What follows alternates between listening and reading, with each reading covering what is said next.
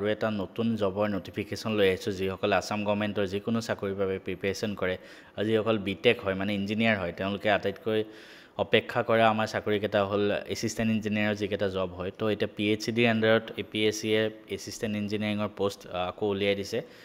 পোনপ্ৰথমে কৈ থওঁ নটিফিকেশ্যন হয়তো আপোনালোকে চাইছে যদি অলৰেডি চাইছে তেনেহ'লে ভিডিঅ'টো চাই এনে সময় নষ্ট কৰিব নালাগে এটা কথা জনাই থওঁ যদি আপোনালোকে বিচাৰে কমেণ্ট কৰিব মই প্ৰিভিয়াছ যিখিনি GS পেপাৰ হয় এইখিনি এনালাইচিছ কৰি ক'ৰ পৰা কিমান প্ৰশ্ন আহিছে আপোনালোকক মই আগবঢ়াম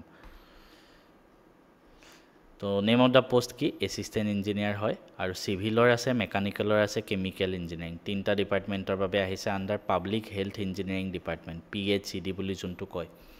তাতে টোটেল 50টা পোষ্ট আহিছে আৰু ক'ৰ পৰা কিমানটা পোষ্ট আহিছে আমি চাওঁ আহকচোন পোনপ্ৰথমে চিভিল ব্ৰাঞ্চৰ বাবে কিমানটা পোষ্ট আছে চাওক এছিষ্টেণ্ট ইঞ্জিনিয়াৰ চিভিলৰ কাৰণে মুঠ 40টা চিভিলত চবতকৈ বেছি ভেকেঞ্চি থাকে এভৰি ইয়াৰ প্ৰত্যেকটো ডিপাৰ্টমেণ্টতে তাৰপিছত আপোনাৰ মেকানিকেলৰ আহিছে মেকানিকেলৰ ইঞ্জিনিয়াৰিঙৰ 5টা পোষ্ট আৰু কেমিকেল ইঞ্জিনিয়াৰিঙৰ 5টা পোষ্ট আহিছে অল টোটেল 50 পোষ্ট আহিছে এতিয়া আপোনাৰ কি আহিব চাওঁ আহক ইয়াতে কি আহিব স্কেল অফ পে অলৰেডি এইবিলাক জানে ইলিজিবিলিটি ক্ৰাইটেৰিয়া কি হয় এমপ্লয়মেণ্ট এক্সচেঞ্জ চাৰ্টিফিকেট থাকিব লাগে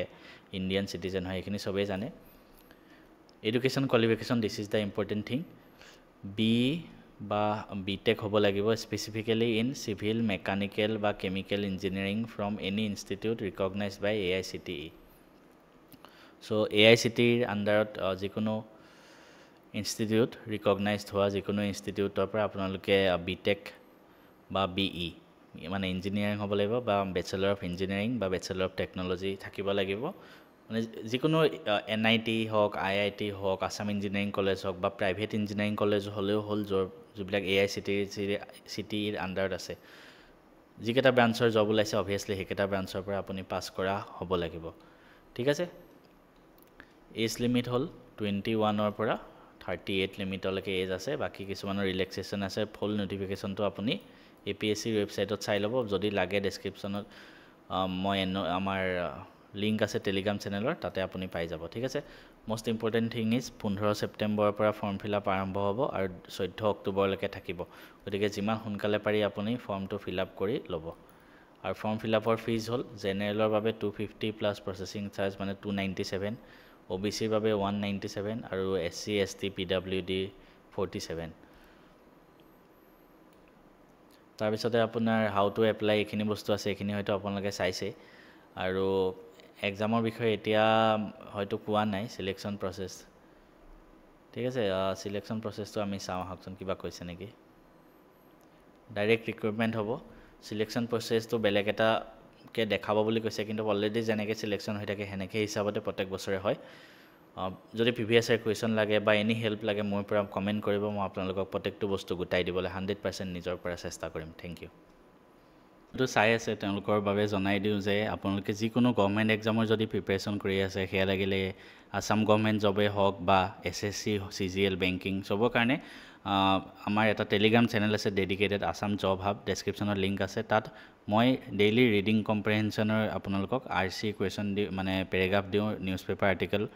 বেংকিং ৰিলেটেড বেছি দিওঁ আৰু সেইটো জইন কৰি ল'ব পাৰে ফ্ৰীতে আপোনালোকে মেটেৰিয়েলছখিনি পাই থাকিব আৰু আমাৰ মেথছ এণ্ড ফিজিক্স আপ এপ্লিকেশ্যনটো ডাউনলোড কৰি লওক তাত আপোনালোকে বহুতকেইটা কোৰ্চ পাব যদি আসাম গভৰ্ণমেণ্ট ৰিলেটেড কোৰ্চ লাগে আসাম জবছত ক্লিক কৰিব আৰু যদি SSC বা বেংকিং ৰিলেটেড কোৰ্চ লাগে বেংকিং SSCত ক্লিক কৰিব ঠিক আছে মেথছ এণ্ড ফিজিক্স আপ এপটো প্লে ষ্ট'ৰৰ পৰা ডাউনলোড কৰি ল'লে হ'ল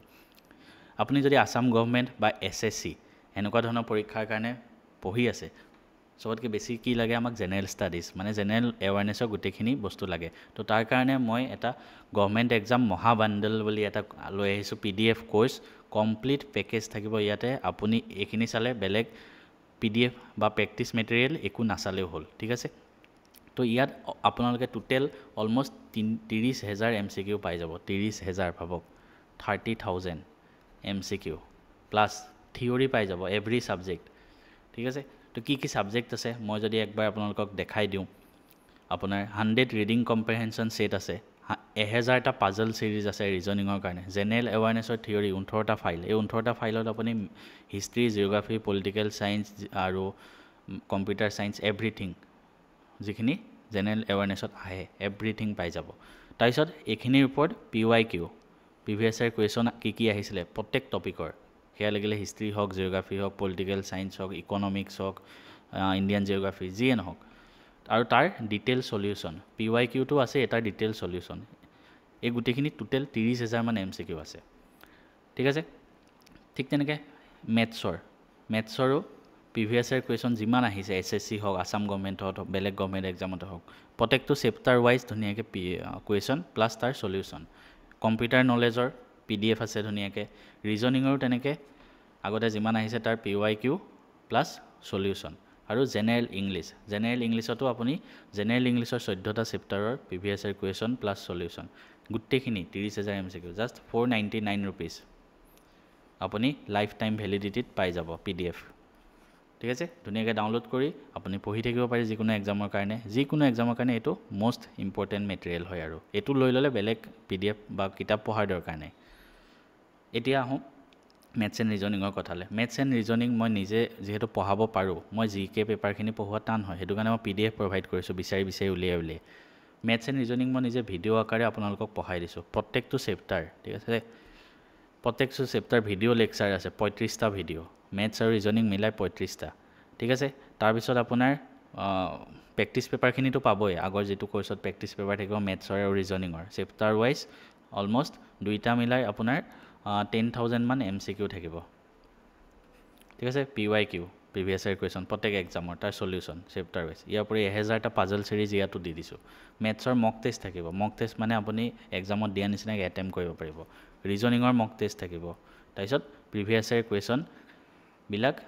মই নিজে ভিডিঅ' আকাৰে পঢ়াই দিছোঁ। এই 35টা ভিডিঅ'ত কমপ্লিট আপোনাৰ থিয়ৰী কভাৰ হৈ যাব। আৰু এইটো জাষ্ট 499 ৰুপিজ দিলেই আপুনি মেথছ এণ্ড ৰিজনিঙৰ এক্সপাৰ্ট বনি যাব পাৰিব ইয়াত আহি। ইয়াত আৰু ভিডিঅ' এড হৈ গৈ থাকিব।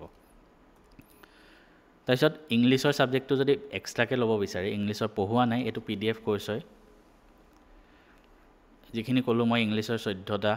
ফাইলত আপোনাৰ চেপ্টাৰ ৱাইজ MCQ আহি যাব, ঠিক আছে। ৰিডিং কম্প্ৰেহেনশ্যন 100টা ছেট আহি যাব, এই গোটেইখিনি। এইটো ইংলিছৰো আপোনাৰ 10,000টা মান MCQ আহি যাব, ঠিক আছে। এইটো জাষ্ট 299 ৰুপিজত গোটেই বছৰটোৰ কাৰণে পাই যাব। আৰু SSC CGL যদি কোনোবাই প্ৰিপেয়াৰ কৰি আছে, আপোনালোকে মক টেষ্ট দিয়াটো দৰকাৰী। তো তাৰ বাবে SSC CGLৰ Tier 1ৰ কাৰণে, ঠিক আছে, ফাৰ্ষ্ট আমাৰ Tier 1 এক্সামেই হ'ব। তাৰ কাৰণে মই 25টা মক টেষ্ট আপোনালোকৰ কাৰণে প্ৰস্তুত কৰিছোঁ। মক পেপাৰ আচলতে PDF আছে 25খন, ঠিক আছে। এই 25খন মক পেপাৰত আপুনি Tier 1ৰ প্ৰিভিয়াছ ইয়াৰ কুৱেশ্যন পেপাৰৰ লগত মেটচিং হয়, মানে আগতে অহা প্ৰশ্ন, সেইটো হিচাপতে মই মক পেপাৰ কেইখন বনাইছোঁ। গতিকে 199 ৰুপিজ লৈ ল'লে এইটো আপুনি লাইফ টাইম পাই যাব। এই গোটেইখিনি ল'বৰ কাৰণে মেথছ এণ্ড ফিজিক্স হাব এপটো ডাউনলোড কৰি তাতে বেংকিং, SSC বা আছাম জবত ক্লিক কৰি গ'লেই হ'ল, নহ'লে ডেছক্ৰিপশ্যনত লিংক দিয়া থাকিব, ডাইৰেক্ট তাত গৈও জইন হৈ ল'ব পাৰে।